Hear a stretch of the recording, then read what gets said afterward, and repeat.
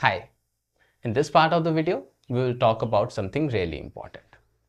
अगर आप बोर्ड पे बने सेल के डायग्राम को ऑब्जर्व करोगे, then you will notice कि ये डायग्राम इससे पहले ड्रॉ किए हुए डायग्राम्स जो हमने इससे पहले वाले वीडियो लेक्चर्स में ड्रॉ किया था, उससे डिफरेंट है। यहाँ पे ये एक ब्लू कलर का स्ट्रक्चर प्रेजेंट है जो कि पहले वाले डायग्राम्स में तो नहीं था। एंड आज हम इसी स्ट्रक्चर के बारे में बात करने वाले हैं। But first let's talk about some analogy. अगर हम अपनी ह्यूमन बॉडी को ऑब्जर्व करें तो हमारी ह्यूमन बॉडी में डिफरेंट स्ट्रक्चर्स हैं, डिफरेंट ऑर्गन्स हैं जो कि डिफरेंट फंक्शंस परफॉर्म करती हैं।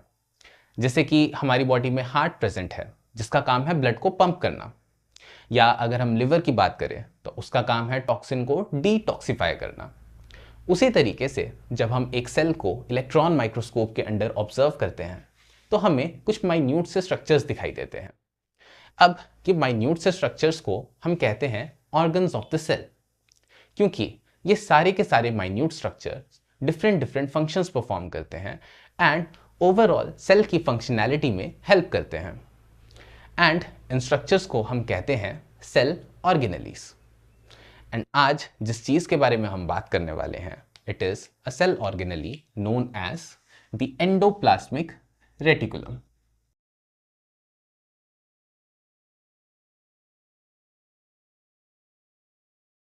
अब ये डायग्राम जो ड्रॉन है, इसमें ये जो ब्लू स्ट्रक्चर है, इसे हम कहते हैं एंडोप्लाज्मिक रेटिकुलम। एंड इसे ऑब्जर्व करो, then you can say that it is a highly folded structure. So what is an endoplasmic reticulum? It is a double membrane, double layered, highly folded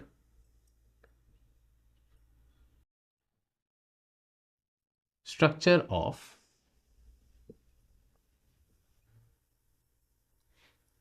tubules and vesicles. Vesicles क्या है? जब ये tubules आपस में fold करती हैं तो ये ऐसे बैग लाइक स्ट्रक्चर्स बनाती हैं, जैसा आप यहाँ पे देख सकते हो। इन बैग लाइक स्ट्रक्चर्स को हम वेसिकल्स कहते हैं। अब एंडोप्लाज्मिक रेटिकुलम एक तरफ से न्यूक्लियर मेम्ब्रेन के साथ अटैच्ड रहता है एंड दूसरी तरफ से सेल मेम्ब्रेन के साथ अटैच्ड रहता है। अगर हम डायग्राम को लेबल करें तो this is cell membrane,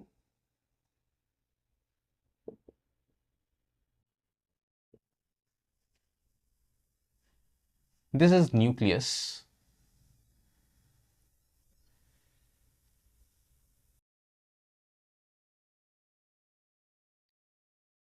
and अगर आप इस एंडोप्लाज्मिक रेटिकुलम को ऑब्जर्व करोगे तो ये बाहर वाला स्ट्रक्चर इस अंदर वाले स्ट्रक्चर से थोड़ा सा डिफरेंट है।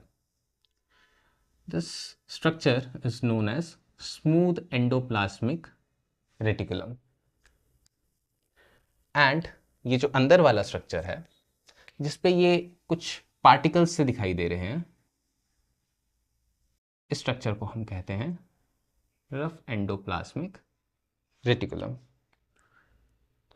सो endoplasmic reticulum is of two types,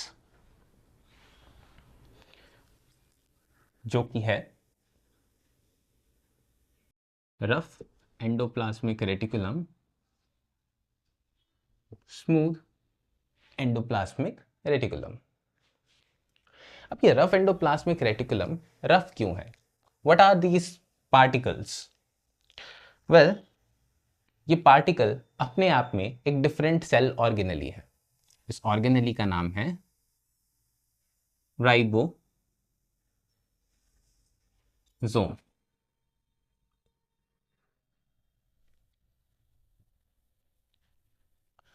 well, ribosomes क्या है?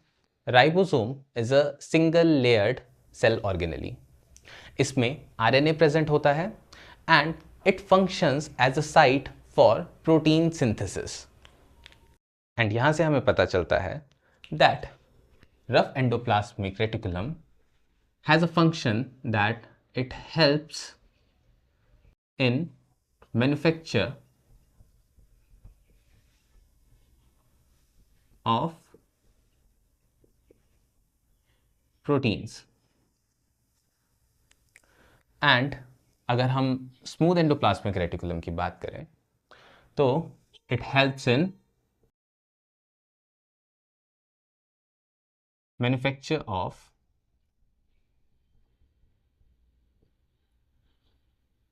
लिपिड्स। तो smooth endoplasmic reticulum and rough endoplasmic reticulum के अपने आप में कुछ स्पेसिफिक फंक्शंस हैं, जैसे कि ये प्रोटीन्स मैन्युफैक्चर कर रहा है, ये लिपिड्स मैन्युफैक्चर कर रहा है।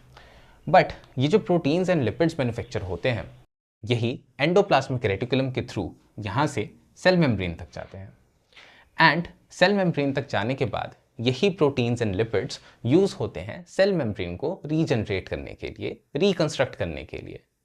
And the process of reconstruction of the cell membrane using these proteins and lipids produced by endoplasmic reticulum produced by the cell itself is known as biogenesis. Biogenesis क्या है? Biogenesis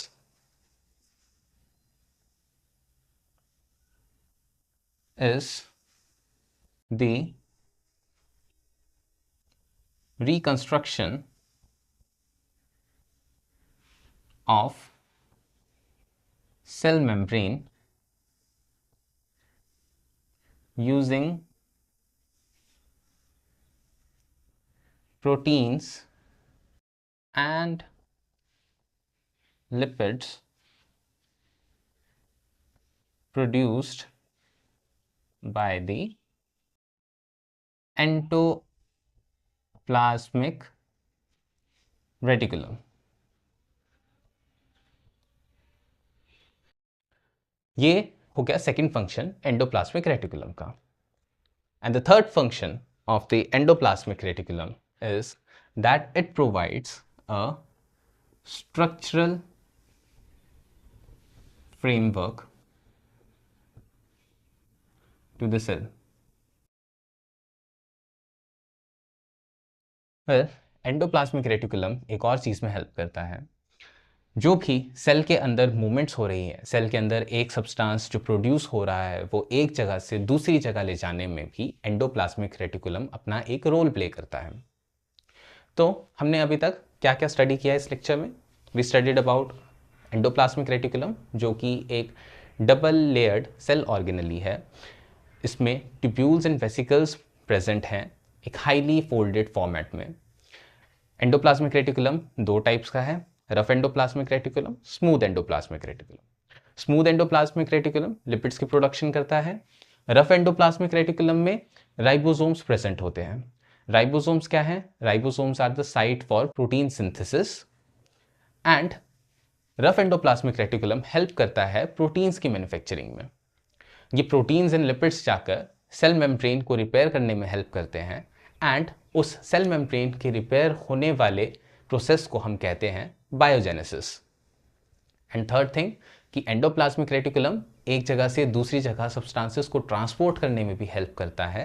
and that's how it provides a structural framework to the cell. That's it for this lecture. In next lecture, we will discuss some other cell organelle. Thank you.